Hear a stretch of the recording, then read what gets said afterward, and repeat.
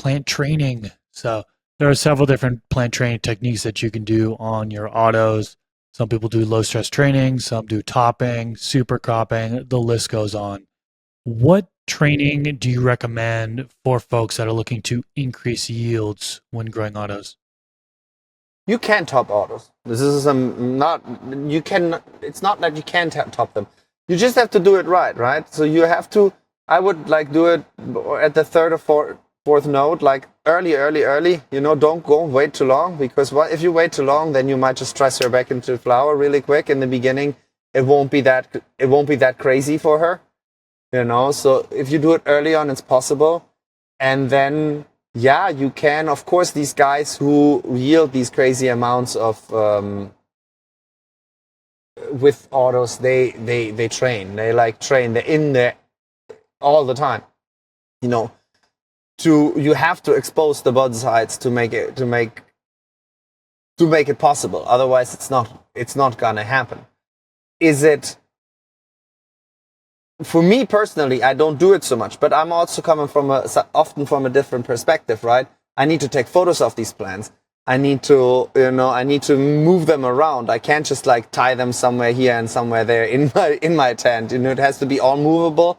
And also when you photograph a lot, like, or video a lot, you want to show the people of how does this plant grow naturally, not how does this plant look after I bend it in all different directions. But all the things which work for photoperiodic strains work for autoflowers fantastic, and I've trained the heck out of them before, and it's great. It just maximizes the yield. It's that simple. It just takes longer, right? I mean, you can see it with any plant. It needs time to bounce back, and the same thing for an autoflower.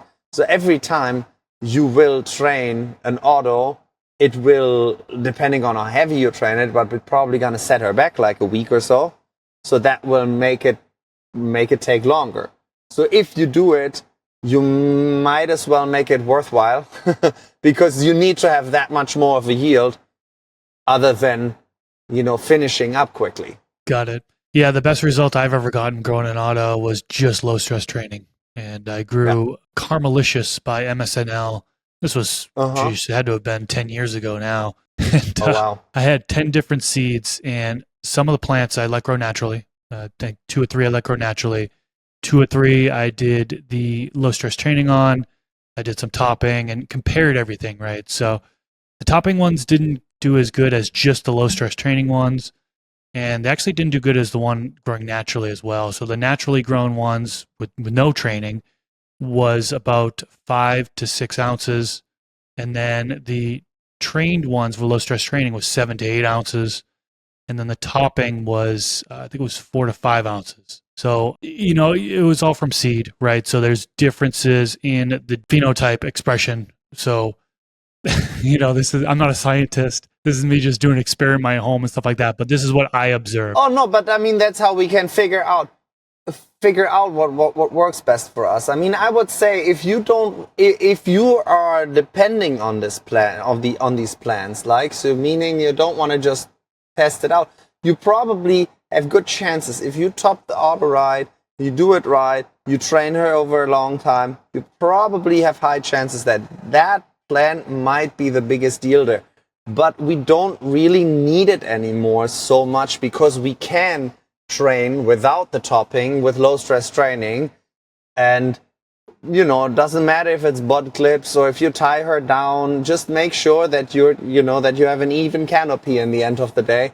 Everywhere gets the light, and most likely if you just perform some decent amounts of low stress training, you will have the highest yield per plant. But now let me challenge that for 1 second. Because what if I, instead of trying to find an autoflower, which is taking 10, 11 weeks, 12 weeks, like a sativa dominant one, what if I take one of my lemon cherry cookies or banana purple punch heavy indicas, right? Which can be ready in only 8 weeks from seed to harvest. Now, if I space that out over the time, right? So I can run her one more time. Within 3 growth cycles, I can have her in 3 growth cycles while I have the others only 2 growth cycles. bam, I'm back at the yield, you know? So like that is really a philosophy.